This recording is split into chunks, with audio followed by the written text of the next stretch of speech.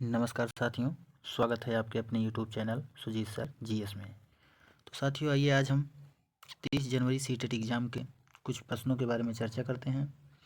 तो ये रहा आज का पहला प्रश्न। वाइगोत्स्की के सिद्धांत में विकास के निम्नलिखित में से कौन से पहलू की उपेक्षा होती है? ऑप्शन ए सामाजिक, ऑप्शन बी सांस्कृतिक, ऑप्शन सी जैविक या ऑप्शन डी भाषाई। तो इस प्रश्न का राइट आंसर हो जाएगा वाइगोत्स्की के सिद्धांत में जो है जैविक विकास की उपेक्षा की जाती है। अगला प्रश्न, निम्नलिखित में से कौन सा स्टर्नबर्ग का बुद्धि का त्रिस्तरीय सिद्धांत का एक रूप है?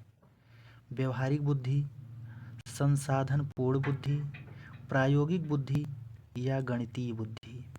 तो इस प्रश्न का राइट आंसर हो जाएगा ऑप्शन ए व्यवहारिक बुद्धि। अगला प्रश्न,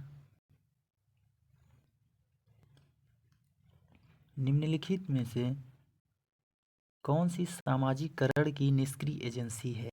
ऑप्शन ए स्वास्थ्य क्लब, ऑप्शन बी परिवार, ऑप्शन सी इको क्लब या ऑप्शन डी सार्वजनिक पुस्तकालय।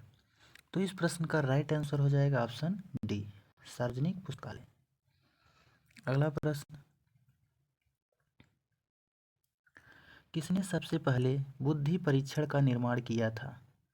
Option A David Wechsler, option B Alfred Binet, option C Charles Edward Spearman या option D Robert Sternberg.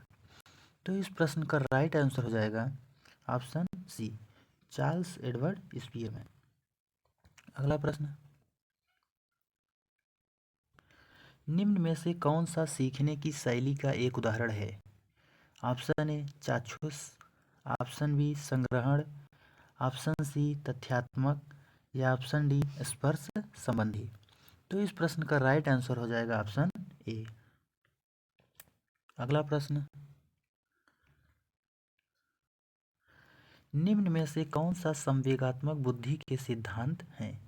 Option A याद करना, ऑप्शन बी गतिक प्रक्रम, ऑप्शन सी विचार करना या ऑप्शन डी सहानुभूति देना। तो इस प्रश्न का राइट आंसर हो जाएगा ऑप्शन डी सहानुभूति देना। अगला प्रश्न, कांसा किन दो धातुओं का मिश्रण है?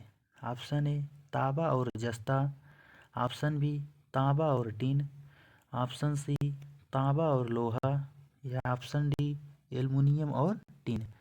तो इस प्रश्न का राइट आंसर हो जाएगा ऑप्शन बी तांबा और टिन का मिश्रण से कांसा धातु बनाई जाती है। अगला प्रश्न, ब्रेल लिपि में मोटे कागज पर उभरे हुए बिंदु बने होते हैं। यह लिपि कितने बिंदुओं पर आधारित होती है? तो ब्रेल लिपि जो है 6 बिंदुओं पर आधारित होती है। अगला प्रश्न, निम्न पक्षियों में से कौन काफी हद तक अपनी गर्दन को पीछे तक घुमा सकता है? तो इस प्रश्न का राइट आंसर हो जाएगा ऑप्शन बी उल्लू। उल्लू जो है अपने गर्दन को 360 डिग्री तक घुमा सकता है। अगला प्रश्न, हमारे देश के नीचे दिए गए भाग में खाने की चीज़ें जैसे टैपियोका और नारियल को लोग अपने घर के आंगन में उगाते हैं और उन्हें इनसे बने खाने का स्वाद बहुत अच्छा लगता है। तो इस प्रश्न का राइट आंसर हो जाएगा ऑप्शन डी केरल के लोग टैपियोका खाना पसंद करते हैं। अगला प्रश्न, प्राथमिक स्तर पर शिक्षा का माध्यम किस तरह होना चाहिए? ऑप्शन ए हिंदी होना चाहिए, ऑप्शन बी अंग्रेजी होना चाहिए, ऑप्शन सी उर्दू होना चाहिए या ऑप्शन डी बच्चे की मातृभाषा होना चाहिए। तो इस प्रश्न का राइट आंसर हो जाएगा ऑप्शन डी प्राथमिक स्तर पर शिक्षा का माध्यम जो है बच्चे की मातृभाषा में होनी चाहिए। अगला प्रश्न, भाषा अर्जित करने की प्रक्रिया में किसका महत्व सर्वाधिक है?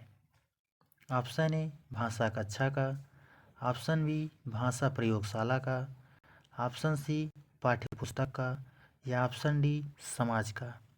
तो इस प्रश्न का राइट आंसर हो जाएगा ऑप्शन बी, भाषा प्रयोगशाला का सर्वाधिक महत्व है। अगला प्रश्न।